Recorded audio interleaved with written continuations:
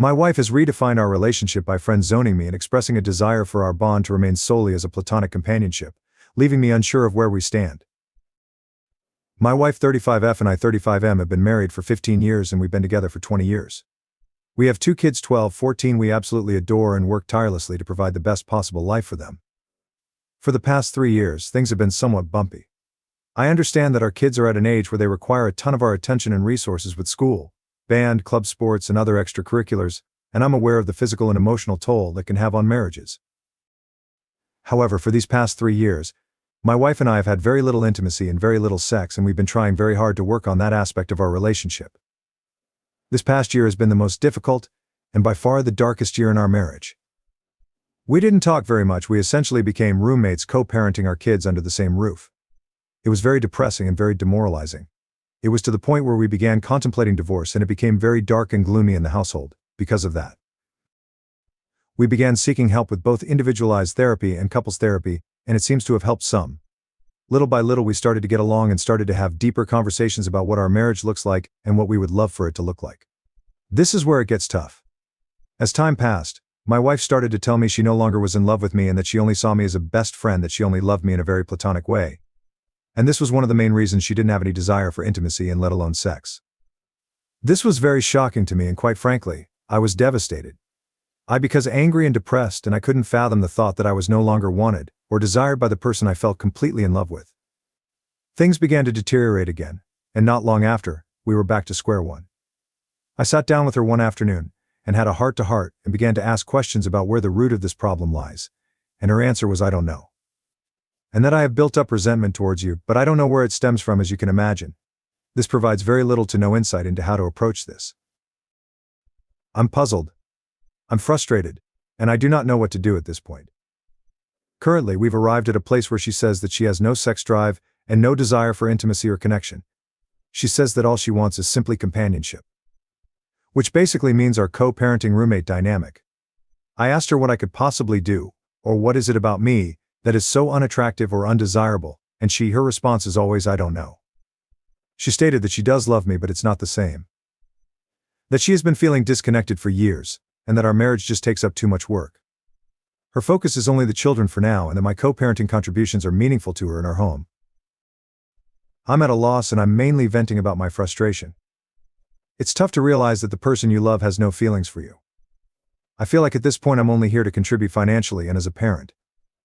I feel like what she means with companionship is that she's comfortable with the convenience of having a good father for our kids and my financial contribution to the household.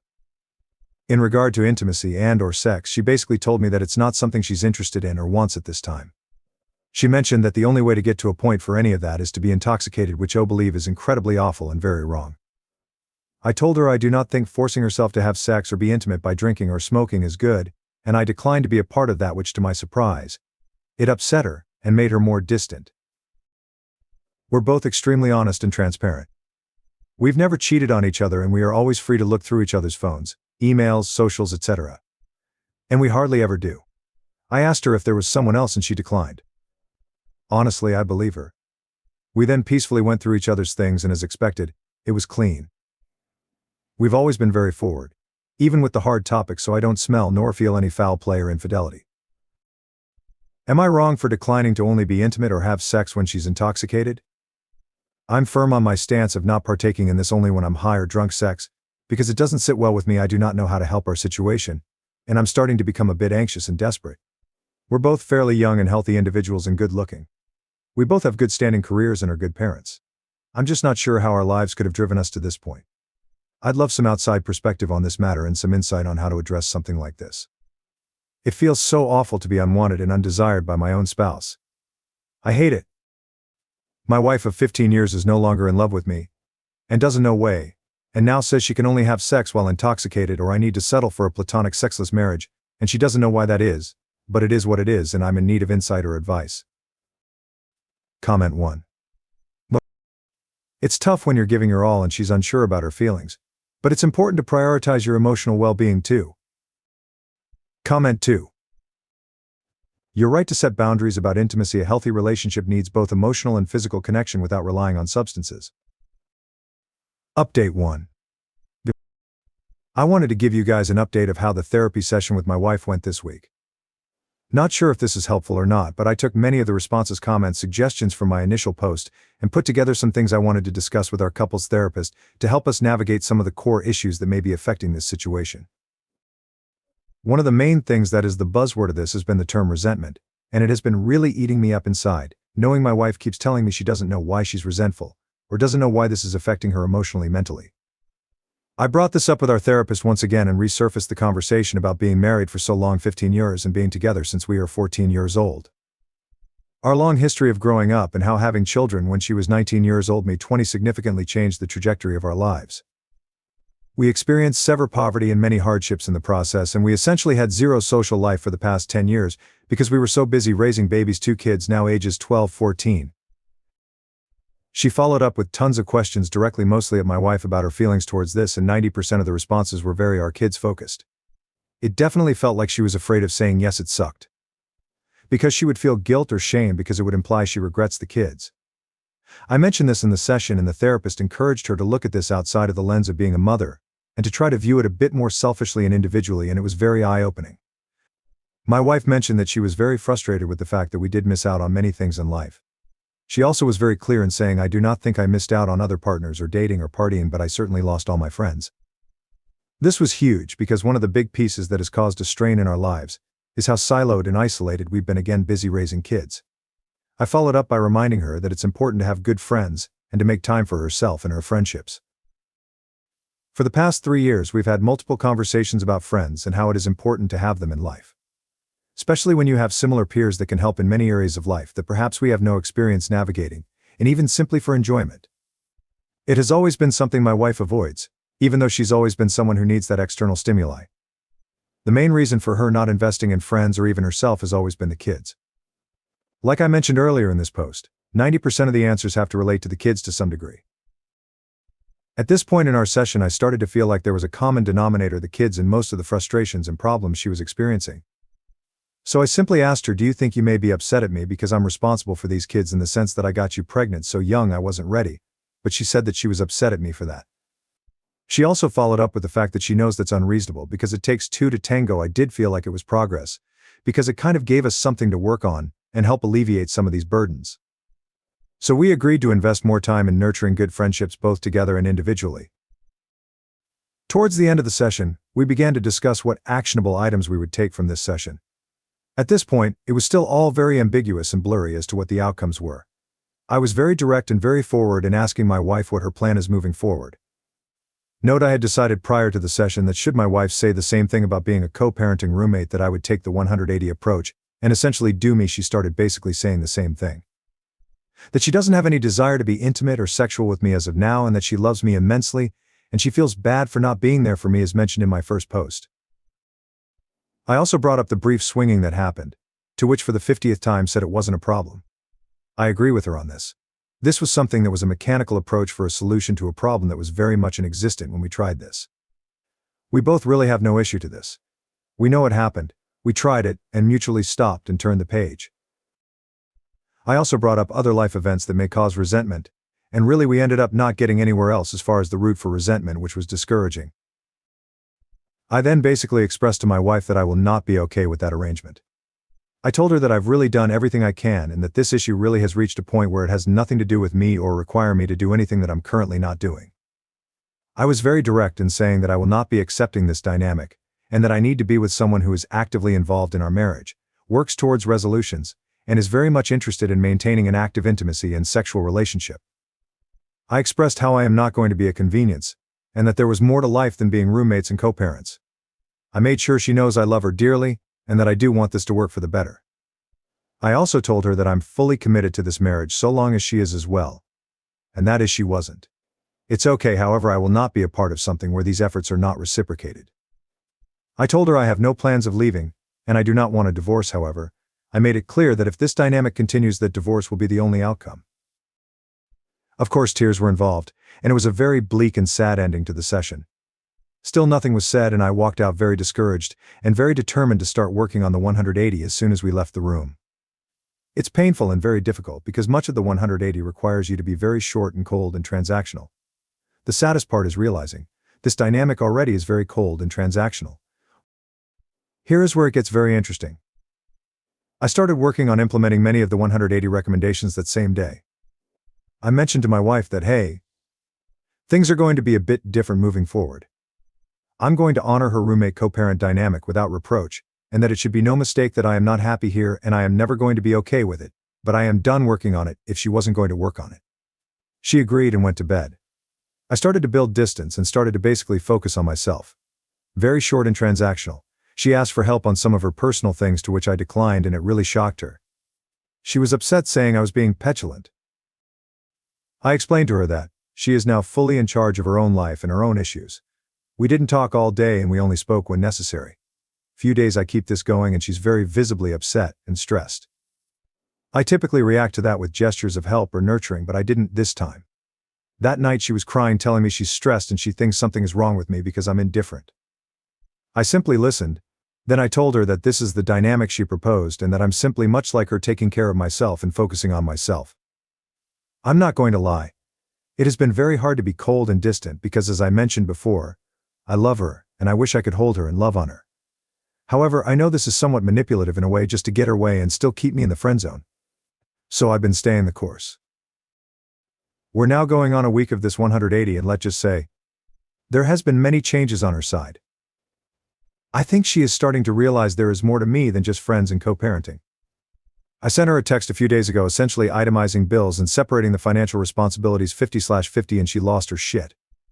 She basically told me it was out of left field, to which I responded, hey, friends go in 50/50, and as your friend I expect nothing less. This was very eye-opening, because it gave me a glimpse of I'm really taken for granted and how her level of comfort and convenience at my expense is really overlooked. I pushed through anyways, and basically told her that this is the new dynamic she asked for, and that it's still a bargain because she would have to be 100% if she was on her own. I'll wrap up with this. While the 180 has been working in many different areas, I am still very much sad about the overall situation. There have been many eye-opening statements being said and realization that have not been pleasant to encounter. It has also sparked new energy and new efforts on her side as well. She's definitely seeking to talk to me more often, and while it's hard to turn down, I hope if things improve, this continues to happen. I've also noticed that she's making more time for herself aside from being a mom, which is huge because she pretty much neglected herself for years. I'm very pleased seeing her be more herself. My hope is that as we work on ourselves, the marriage improves. There really is no telling at this point where this will go. We are very much cordial and amicable even to this day, and that's a very good sign. Boundaries are set and expectations are very clear, and I feel that no matter the outcome, I will be at peace with everything that has been done. We're still going to continue the couples therapist until we either rekindle our marriage or end up in divorce. I feel like having this non-biased third party really helps as a witness and as a guide through this. No matter what, I will always love my wife. However, I will not participate in a sexless, intimacy-less marriage because we both deserve better. Thank you all for all the kind words and recommendations and feedback. This will be my last post on this topic, and I wish you all the best. TL Doctor, my wife friend zoned me, wants to just co-parent at my expense, but I started the 180 method to try and find a solution, because she doesn't want to work on us, which seems to be working on getting her out of her rut and helping me discover more about how she feels. Also, therapy is paramount and highly recommend to all couples. Update 2. I debated for a long time on whether to submit an update on this matter. A few significant changes have taken place, and I felt it would be good to not only share with you, but also to allow myself to process all of this in a uniform way. We're now almost 9 weeks in on the 180 method I mentioned I was starting, and it started to render some positive reactions from my wife. I explained in the previous post that she started to notice things that she previously took for granted, started to ask more about my whereabouts, and also started to notice I would go out with the kids more often without her, and she started to invite herself, to which I didn't decline. So much has changed, and it has changed for what seems to be for the better. This past Memorial Day weekend, my wife asked me if I wanted to go out for coffee because she wanted to talk to me about something. This was huge, because I can't recall when the last time my wife asked to talk to me about something important. I must admit, I was very nervous and worried about what this could be about, and my mind was racing with the plethora of scenarios of what it could possibly be. Of course I agreed, and we took some time away from the kids to have this conversation at a local coffee shop. The talk was very constructive in nature. There was a ton of insightful information about herself that helped me further understand where she is in life, both emotionally and mentally. We summarized what the core issues we are encountering are, and she asked me for help. This is new, and I cannot tell you how excited I was hearing something so sincere coming from my wife, who for the last 2 years has been absent. So, after she was through sharing all her thoughts, I proposed a plan that I felt was right for us. This is something that I have been thinking about these last few weeks, and I was planning on bringing this up in a few months if I noticed that things were not changing for the better. This date felt like the right place to share it, since it goes hand in hand with what she talked about, and it also relates to the help she was asking me for. I started by first acknowledging her feelings and her concerns. I told her they are valid, and how she feels is personal to her, and that I care that she feels this way, because I don't like the thought of her being sad or depressed. I also told her that my goal still is and will always be for us to reconcile and be the happily ever after we vowed to be for each other, and that my love for her is as strong, if not stronger, as it was the day we said I do. I continued the conversation by telling her how I felt about the whole situation, read my previous posts for details, and how it affects me every day. I also clarified some things that she mentioned she was feeling, because how I have been very distant and monotone transactional lately. I explained to her that I was very much trying to protect my feelings and emotions from the rejection and neglect, and that it wasn't personal. It was simply me safeguarding myself, because I cannot control her, I can only control myself. This was a perfect segue to the core of this approach, which is focused on self-accountability. I told her that for the longest time I was always working hard to make her happy and do things that I knew she enjoyed or wanted. However, I was always met with rejection and disappointment, which caused a load of stress on me. I explained to her that I had to make a change for myself. After all, I can only control myself and make the changes that I want for myself. I mentioned how I was starting to implement new habits and routines that help edify me all, while still executing all of our shared responsibilities, including parenting, finances, and daily living activities. I explained that the goal is to continue to improve myself both as a husband and father, learn more, and be healthier, among other things. She was very receptive to this. She told me that she sees what I'm doing, and that she is proud of the changes she has seen. She also told me how she's starting to realize that she feels left behind, and that much of the things that have affected her negatively are her own fault. Toward the end of the conversation, which was about 3 hours, there was a very high spirit of reconciliation in the room. I told her that my goal is to ultimately make this work. However, I was very clear that I was not going to live under the current circumstances. I told her that my heart wants her to be happy, even if it means elsewhere, and that I also deserve to be happy myself. I also explained that I do not want our children to grow up thinking this was okay, or normal, because they deserve better as well. She told me she doesn't either. She told me she doesn't know what to do, to which I replied, let's set some clear goals, however. The goals will be for ourselves, not for each other. So here is what we established. We are in charge of our own happiness. The key here is that she's not responsible for making me happy, and vice versa. We both need to seek what that personal plan looks like individually. Also, we're both encouraged to include each other in taking those steps if we want, but it is not required. We are in control of our own individual lives and our own journey. This means we're both responsible in finding the resources necessary to grow, change, and heal. We can definitely help one another when help is requested. However, unsolicited advice or help will not be rendered. We are responsible for communicating. This ensures nothing is left unsaid. If it was never brought up or discussed, it never happened. We're not mind readers, and we need to take ownership when we fail to communicate. Make a list of needs and wants. This gives us both clear direction about meeting each other's needs. This also gives us a choice as to what we want, choose to do, compromise on, or decline to do. This list also will not serve as a checklist for accountability. We made it clear we would not be bringing this list up for the purpose of arguing, and it was up to the other person to use the list as a tool for growth, transparency, or clarification. We concluded that it was up to us to decide if we will be happy doing these things for ourselves because we care, not to simply check a box. This was very important in order to establish long-term habits and not short-term band-aids, because you cannot make someone change or do something they don't believe is important. Established a deadline: Memorial Day 2025. At the end of the conversation, we concluded by setting Memorial Day 2025 as a hard stop to evaluate our lives and our progress. We agreed we would do this with the clear understanding that we will independently decide if we are happy here. If we determined we aren't happy, we will be getting a divorce. We would also both assume full responsibility for what happened should we get divorced. For example, if needs were not met, it would mean my partner chose not to meet them. This places full responsibility on each other in all areas. The whole process requires that if needs were not met, the next question should be, did we do everything to address this issue? If yes, then we will have a clear conscience of what transpired and know we left no stone unturned. If, however, we didn't do everything to address the issue, it will mean the issue was not important enough for you, or didn't care to meet those needs. This goes both ways in all areas. Like everything else, we established that the main motivator for change should be ourselves, and that if we did that, we would in turn begin to see beneficial changes towards each other. The goal is to ensure that everything we are doing for one another to meet each other's needs is being done because we want to do it for our spouse, not because she asked. Isn't Ted? It was done because I know it makes him or her happy, and I love seeing them happy. I felt it was important to mention to her that we are no longer required to do anything for each other. It is now more of a, I want to do these things for each other. Ultimately, I felt the conversation was very positive and productive. Many tears were shed and lots of hugging ensued. I know this doesn't mean or guarantee anything, however. This has never happened before, and I can honestly attribute it to the 180 method. I cannot give any more insight on this method, other than it's the only thing I did different, and something new happened for what seems to be better. I've decided I will conclude and will refrain from this method moving forward as the plan now has changed. I'm planning to devote myself entirely to not only myself and my growth, but to also work on her needs and wants because I want her to be happy by my side. She said, and agreed she would do the same for herself. We agreed we would help and build each other wherever we request for it, and that we will be approaching this as a team. As of today, some of the biggest changes I have noticed are her commitment to therapy and mental health. She is taking some antidepressants that are helping her. She is also more confident and in a far better mood more frequently.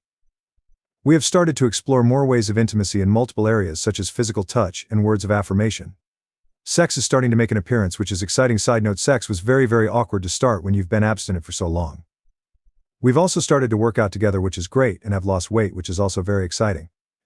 Overall, communication has improved, and I cannot wait to see where this leads. I hope this helps someone out there. I'm still very much interested in your feedback and thoughts on this. You all have been a huge help in giving me hope and insight into this tough journey. Trolls aside, many of you have really been instrumental in my journey both emotionally and mentally. I will not be providing any more updates until Memorial Day next year. I think it's now time to keep focusing on myself and start working on all the new opportunities that hopefully will arise with my wife. I wish you all the best in life and your relationships with those you love. TL Doctor, our marriage took a turn for the better after the 180 method, and we're now working on ourselves, each other, and rekindling our marriage. We also set a deadline for next year to either remain together or get divorced.